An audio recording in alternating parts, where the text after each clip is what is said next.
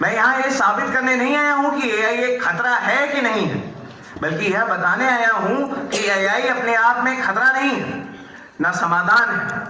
यह एक शक्ति है, एक माध्यम है जिसका भविष्य हमारे आपके आज के युवाओं के हाथों में। कुछ समय पहले एक छोटे शहर का छात्र जिसे इंग्लिश नहीं आती थी और वो कोचिंग की फीस अफोर्ड नहीं कर पाता था, वही छात्र आज एआई टूल्स, गूगल ट्रांसलेशंस और बहुत सारे टूल्स की वजह से लैंग्वेजेस, कोडिंग और कम्युनिकेशन सीख रहा है। वही छात्र आज इंटर्नशिप्स कर रहा है और अपने परिवार का खर्चा भी उठा रहा है। तो एआई उसका दुश्मन हुआ या मेंटोर? अब बात करते हैं असली नकारात्मक चीजों की, जो मेरे विपक्ष में अभी मेरे दोस्त भी बोलने वाले हैं। लोग कहते हैं कि एआई आपकी नौकरियां खा जाएगा, फेक न्यूज और डीपफेक्स बढ़ जाएंगे, प्राइवेसी खतरे में पड़ जाएगी। और मैं मानता हूं ये चिंताएं वास्तविक हैं, लेकिन इतिहास गवाह है। जब बिजली आई, लोगों को कहा कि इंसान बेरोजगार हो जाएगा। जब इंडस्ट्रियलाइजेशन आया, लोगों ने कहा लोगों की नौकरियां चली जाएगी। बच्चों का भविष्य अंधकार में हो जाएगा जब स्मार्टफोन्स आए। पर क्या ये हुआ? नहीं।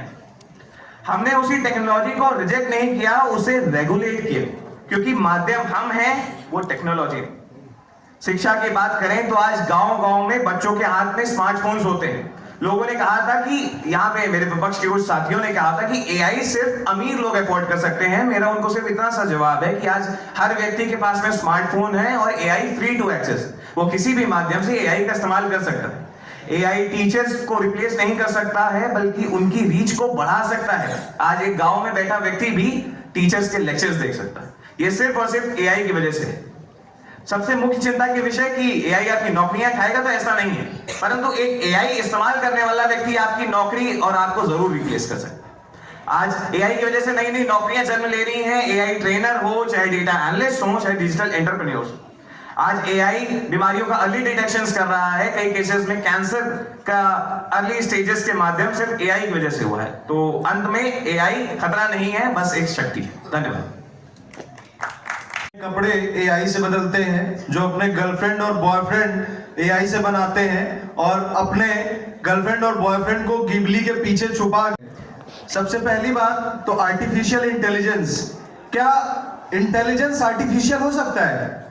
मुझे तो नहीं लगता कि आर्टिफिशियल हो सकता है। इंटेलिजेंस में वो सभी चीजें आती हैं जिसमें हम किसी चीज के बीच में अब्स्ट्रक्शन कर सकते हैं, क्रिटिकल थिंकिंग होती है, लीगल चीजें होती हैं, साथ ही साथ प्लानिंग होती है, क्रिएटिविटी होती है, नॉलेज होता है, रीजनिंग होती है।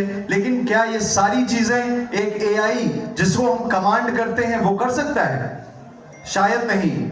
अभी आपने रिसेंटली एक मॉल्ट बुक नाम का ऐप में एक साइंटिस्ट ने सारी एआई बॉट्स को डाला था, तो जो आपस में बात कर रही थी और वो लगातार ऐसी चीजें कर रही थी जो ह्यूमन पर्सपेक्टिव के लिए खतरा हो सकती हैं।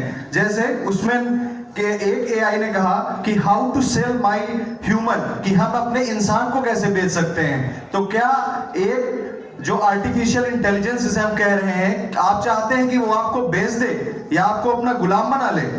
शायद नहीं। आप क्या चाहते हैं कि एटम बम जिसकी मेज पे रखा हो उसको आर्टिफिशियल इंटेलिजेंस रूल करे? आप क्या चाहते हैं डॉक्टर्स आपकी लीवर की जगह किडनी का ऑपरेशन कर दे? आप क्या चाहते हैं कि एक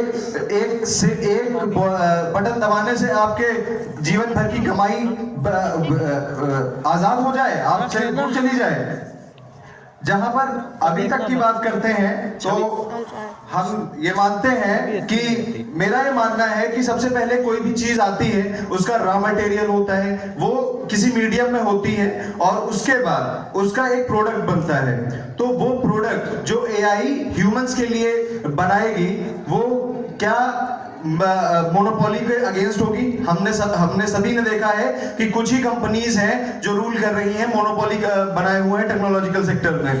तो क्या ये सारी चीजें अच्छे से हो पाएंगी? साथ ही साथ डीप फेक, फिशिंग, ये सारी चीजें हमारे जीवन के लिए कितनी हानिकारक है, ये सभी कुछ हमें पता है।